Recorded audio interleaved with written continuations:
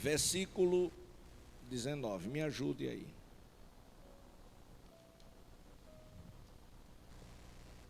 Então,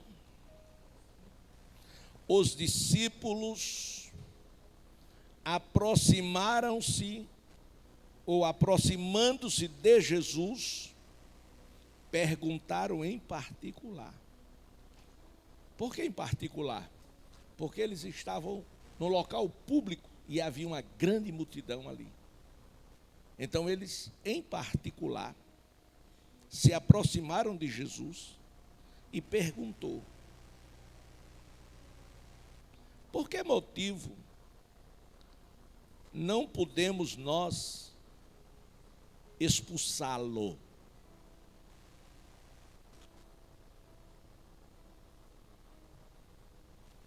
Esta guerra espiritual, nós vivemos na atual conjuntura. Essas perguntas sem respostas, a gente faz a nós mesmos. Eles estavam decepcionados. Por quê? Porque não funcionou a palavra na boca deles. O que estava acontecendo é que um pai de família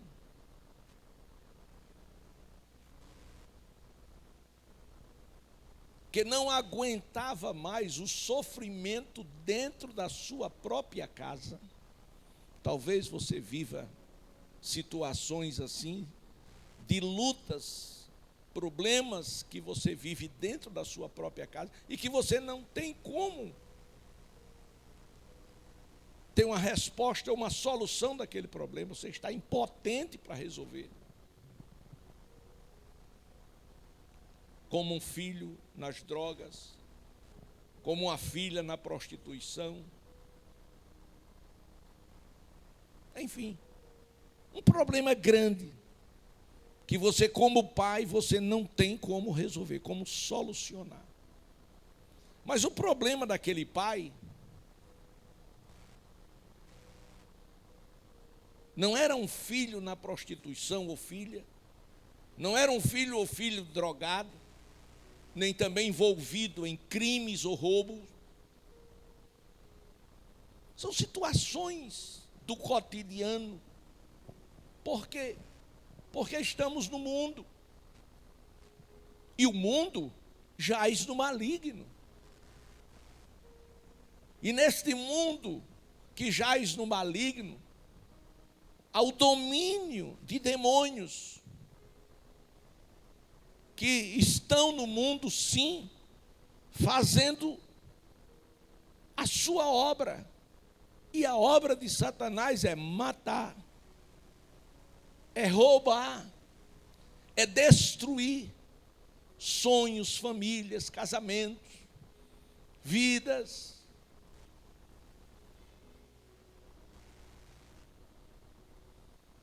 A sociedade, nós,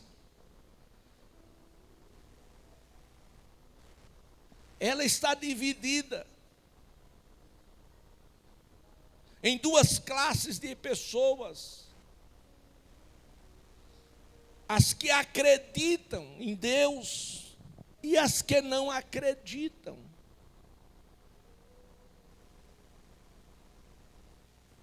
E a guerra está estabelecida. E nós, enquanto igreja, estamos sofrendo e tende-se a agravar o nosso sofrimento, porque a nossa sociedade está cega, surda, incrédula. Hoje as pessoas já não têm mais aquele interesse de vir a uma igreja, de ouvir a palavra de Deus. Não. E hoje, as igrejas estão mudando o discurso, estão trazendo um evangelho light, da facilidade, de acordo com o gosto das pessoas. E não foi este evangelho que o Senhor trouxe para nós. O evangelho que ele trouxe foi um evangelho de verdade. Conhecereis a verdade, e a verdade vos libertará. E se o Filho do Homem vos libertar, verdadeiramente sereis livres. É um evangelho de compromisso. Jesus disse: quem quiser vir após mim, você não é obrigado, mas você, se quiser, renuncie a si mesmo, tem um preço. Tome a sua cruz e siga-me, ou seja, esteja disposto a me amar e, em nome desse amor, renunciar aos seus interesses pessoais próprios, deixar o orgulho, a vaidade, o pecado. E em troca disso, eu lhe dou o céu. E o céu é uma grande realidade para nós, que somos salvos, que muitas pessoas já têm até medo de tornar público que ele é salvo, por conta da repressão. Mas eu sou salvo. Jesus me salvou. O sangue de Jesus purificou todos os meus pecados e me fez uma nova criatura. E o mundo precisa ouvir isso de você. Eu estou liberto. Agora me lembrei do saudoso cantor Abdias Guilherme. Estou liberto, agora eu posso dizer, e estou salvo e estou certo, que Jesus Cristo tem poder. Então, meus amados irmãos, nós não podemos ter dúvidas se estamos ou não salvos. Se você tem dúvida se está ou não salvo, você precisa começar tudo outra vez. Como? Aceitando a Jesus como seu Senhor e seu Salvador. Você não pode ter dúvida que você vai para o céu.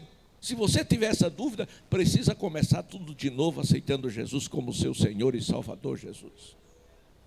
Porque a única coisa que impede o homem ir para o céu é o pecado. E através de Cristo nós somos libertos do pecado. Então estes homens que a Jesus fizeram esta pergunta, não era outros, era daqueles 12 que tiveram um encontro com Jesus, que foram chamados para cooperar com Jesus no seu ministério. E o que os levara a esta pergunta? Porque nós não podemos expulsá-los pelo que havia acontecido naquela noite, naquela madrugada. Eles haviam sim passado uma vergonha muito grande. Eles ficaram decepcionados com eles mesmos. E eles não entenderam por que eles fracassaram como seguidores de Jesus, como cristãos. E muito mais, como apóstolos de Jesus. E o que aconteceu, pastor? O que aconteceu foi no dia anterior. Foi naquele dia. A pergunta foi feita naquele dia. Mas o problema foi no dia anterior. E entre um dia e outro, diga, entre um dia e outro, há uma noite no meio. Pronto. Foi exatamente nesta noite no meio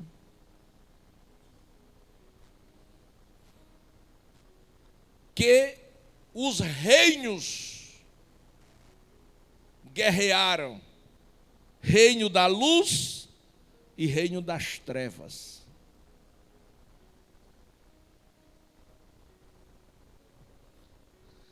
No dia anterior, Jesus,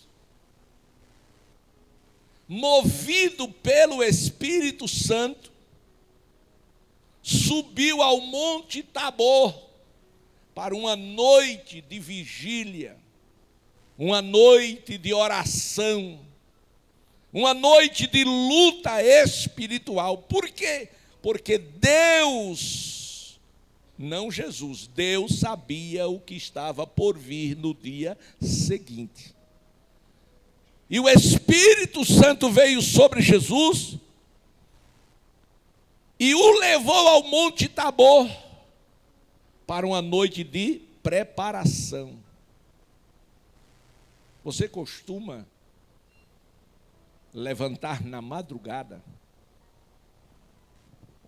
para orar a Deus, para buscar a Deus? Eu não falo, não é fazer agenda, marcar ponto, não. Eu estou falando do despertar de Deus na vida do crente, porque Deus desperta o crente na madrugada para levá-lo à oração, à vigília. E quando Deus te desperta na madrugada, o que é que você faz? Vai procurar achar o sono, e o sono você não acha. Aí você desce para fazer comida, diz: estou com fome. Ou você vai assistir TV, ou você abre o WhatsApp e vai navegar. Não, é Deus querendo tratar com você, porque algo está para acontecer e Ele quer te usar. O problema nosso é a falta de sensibilidade espiritual. Nós precisamos, enquanto aqui na terra, nos dispor à vontade de Deus. O problema é que nós não queremos nos dispor à vontade de Deus, nós queremos nos dispor à nossa vontade. Saia da região de conforto, entre na guerra, porque os dias são maus e estamos nos últimos dias. Aleluia, aleluia. E o que aconteceu, pastor? Que naquela noite de vigília, quando Jesus sobe ao monte, ele diz aos seus obreiros: me acompanhem, vamos comigo. Pedro, João e Tiago dizem: conte conosco, Jesus, nós iremos. Os 3 foram. E os 9 ficaram. Fazendo o que eu não sei.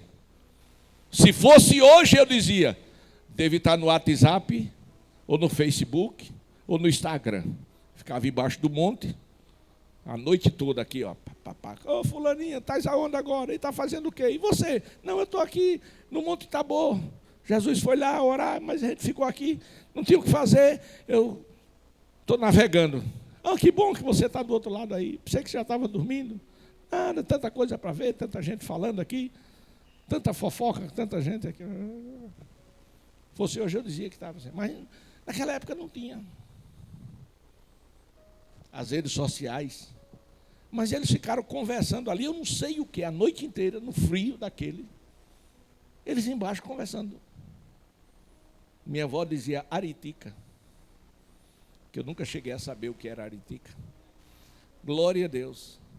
E Jesus no monte, com Pedro, João e Tiago. E lá o que aconteceu? Deus manifestou a sua glória na pessoa do Senhor Jesus.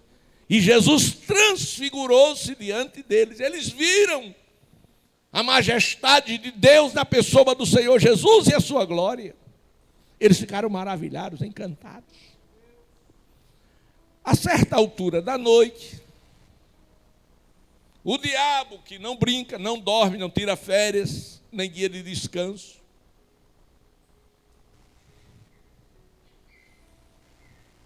foi lá para envergonhá-los. Como o diabo foi lá?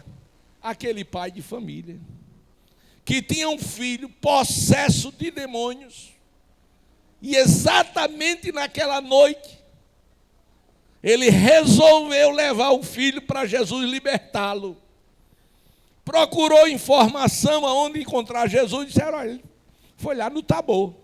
E ele saiu, quando chegou lá, ele não sabia, não conhecia Jesus. O pecador não conhece Jesus. Aí perguntou, eu vim aqui falar com Jesus, cadê? Quero falar com Jesus. Eles olharam um para o outro, não, Jesus não está aqui. Disse, rapaz, eu preciso tanto. Disse, mas qual o problema? Não, o problema está aqui, esse menino, essa criança aqui. O demônio pega esse menino, joga na água, joga no fogo, quer matá-lo. Já vi meu filho morto muitas vezes, mas pela misericórdia ele está vivo. E eu trouxe aqui para Jesus curá-lo, para Jesus libertá-lo. Eu disse, deixa comigo. Pedro não estava, João não estava, Tiago não estava, mas os demais estavam, 9 homens. E eu quero crer que cada um queria. Não, deixa comigo, não, eu vou, não. Então vá. Daqui a pouco, irmão, os 9, todos orando, gritando, pulando. Não eram batizados com o Espírito Santo ainda, se fosse, estavam falando línguas. E o demônio rindo da cara de todos. E o barulho que eles fizeram foi tão grande que de repente eles não estavam mais sós. Tinha uma multidão. E agora era motivo de chacota, porque o demônio não saía. Quando Jesus desce, vê aquele rolo. Quando o pai de família vê Jesus descendo, certamente alguém disse, olha, Jesus está chegando. O homem correu e prostou-se aos pés de Jesus. E quando aquele homem prostou-se aos pés do Senhor Jesus, ele pediu misericórdia. Disse, Senhor, versículo 15, compadece-te do meu filho, porque ele é lunático.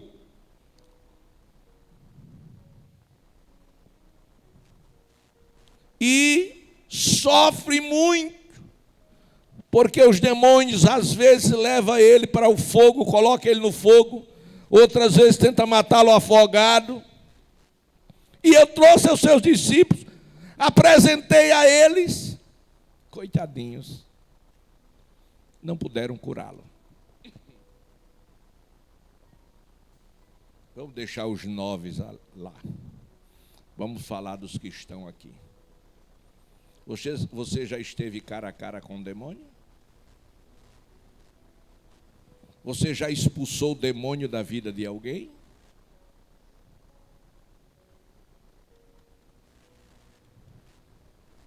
E se um demônio se manifestar na sua casa, você faz o quê? Sai na carreira atrás do pastor, para o pastor ir na sua casa, mas você não é crente?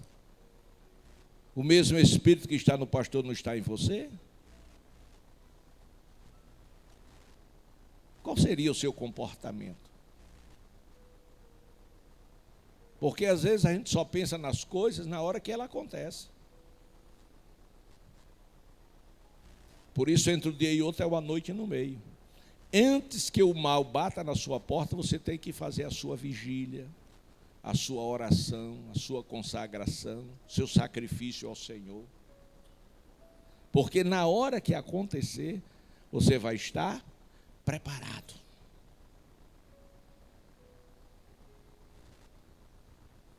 Preparado para expulsar o demônio, preparado para orar por alguém desesperado, para Jesus curar. Porque é Deus que faz através de você.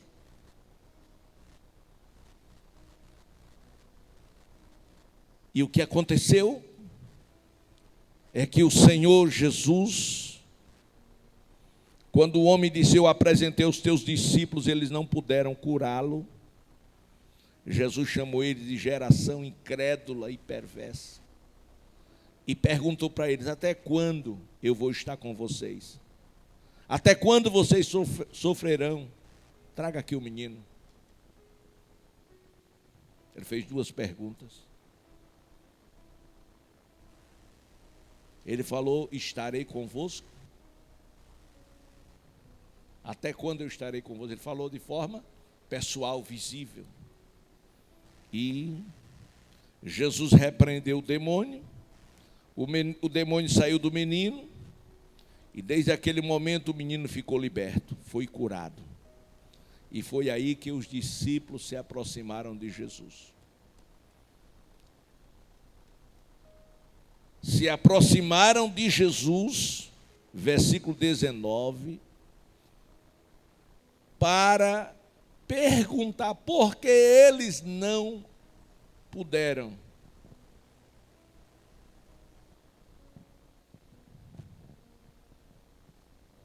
Mas Jesus, diferente de todos os homens, por mais polido, educado e fino que seja, ele não deu a resposta que eu ou você daria. Ah, você quer saber por que você não expulsou? E eu quero saber por que você não foi orar comigo. Por que você não gosta de orar? Por que você não jejuma? Por que você não lê a minha palavra para conhecer a minha vontade? Então você quer fazer o que eu faço? Ande como eu ando, faça o que eu faço. Então, igreja, é tempo de buscar a Deus. Os dias são maus.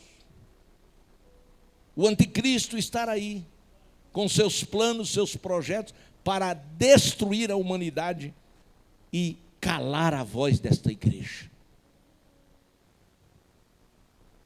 Mas Jesus olha para ele e diz, versículo 20, sabe por que não? A fé de vocês é pequena demais.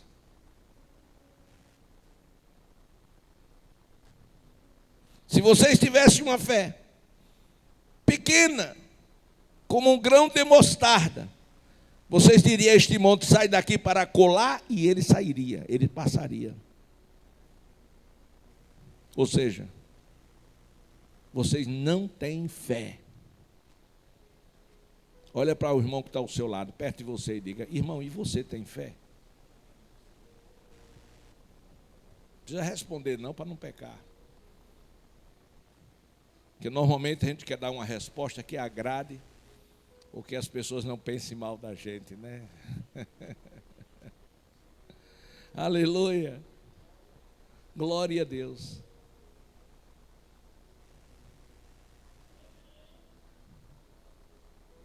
Então, você, eu, nós, precisamos de fé.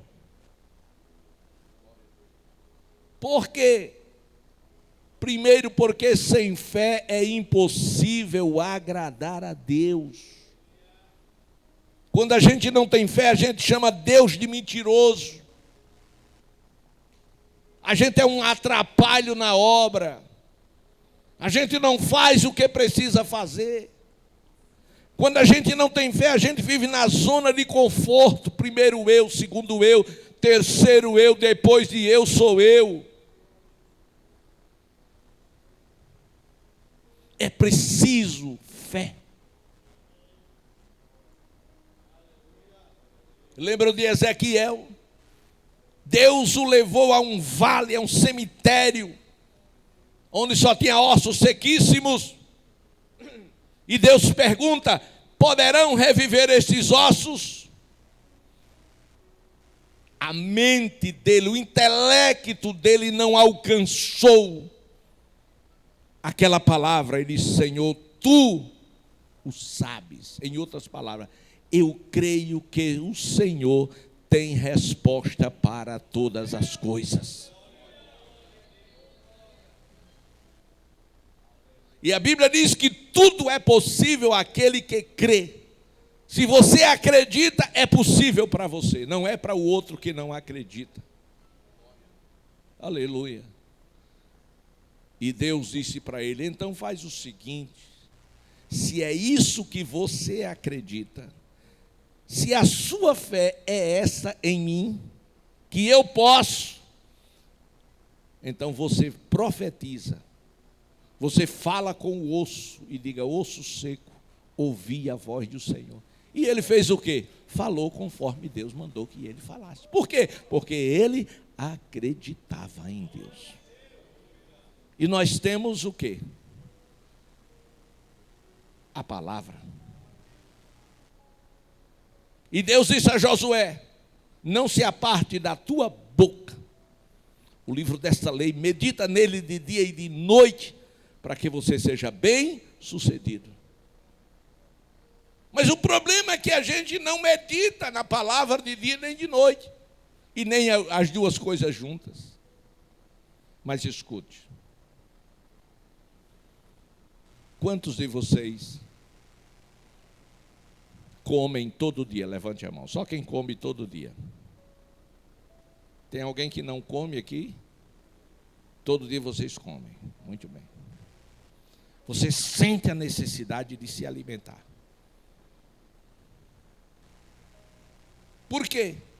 Porque você sabe que sem o alimento você não vai ter os nutrientes que o corpo precisa para estar saudável e estar de pé.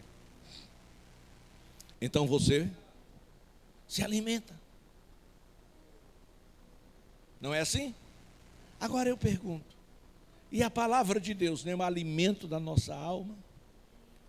Não é que fortalece o nosso espírito? E nós nos alimentamos com a palavra de Deus todos os dias? Ou seja, todo dia você lê a sua Bíblia? Todo dia você lê a palavra? Você sente fome da palavra de Deus? Aí está a resposta que os discípulos precisavam. Aí o Senhor disse: olha, esta casta de demônios só sai com oração e jejum. Ou seja, só sai com aqueles que vivem em contato comigo através da oração. Ou seja, comunhão, oração. Aleluia. Jejum. Crucificação da carne com as suas paixões. A carne você mortifica, crucifica, para que o Espírito ressuscite. Lá na cruz,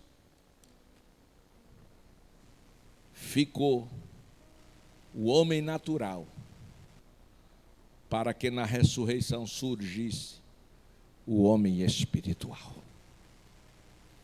Glória a Deus. E que nesta noite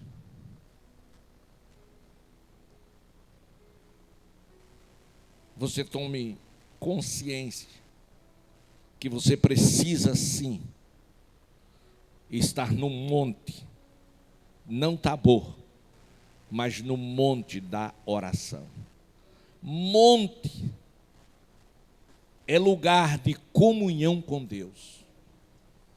Monte é lugar de sacrifício a Deus. Monte é lugar de encontro com Deus. É no monte que você é transfigurado, é mudado numa nova criatura. Não estou falando de montanha. Não estou falando de um monte no sentido literal, mas eu estou falando de um lugar especial que você dobra os seus joelhos e vê a manifestação da glória de Deus. Esse monte pode ser no seu quarto, no lugar específico. Você diz: olha, é aqui o meu altar da oração. É aqui o lugar que todas as noites eu converso com o meu Deus. É aqui que o Senhor fala comigo. É aqui que o Senhor me dá as respostas que eu não consigo com a minha mente inteligente, com o meu intelecto. É aqui que Deus me dá grandes vitórias. Porque as maiores vitórias dessa igreja alcançada, elas foram alcançadas sob os joelhos daqueles que buscam a Deus em oração. Vamos nos colocar de pé. Aleluia.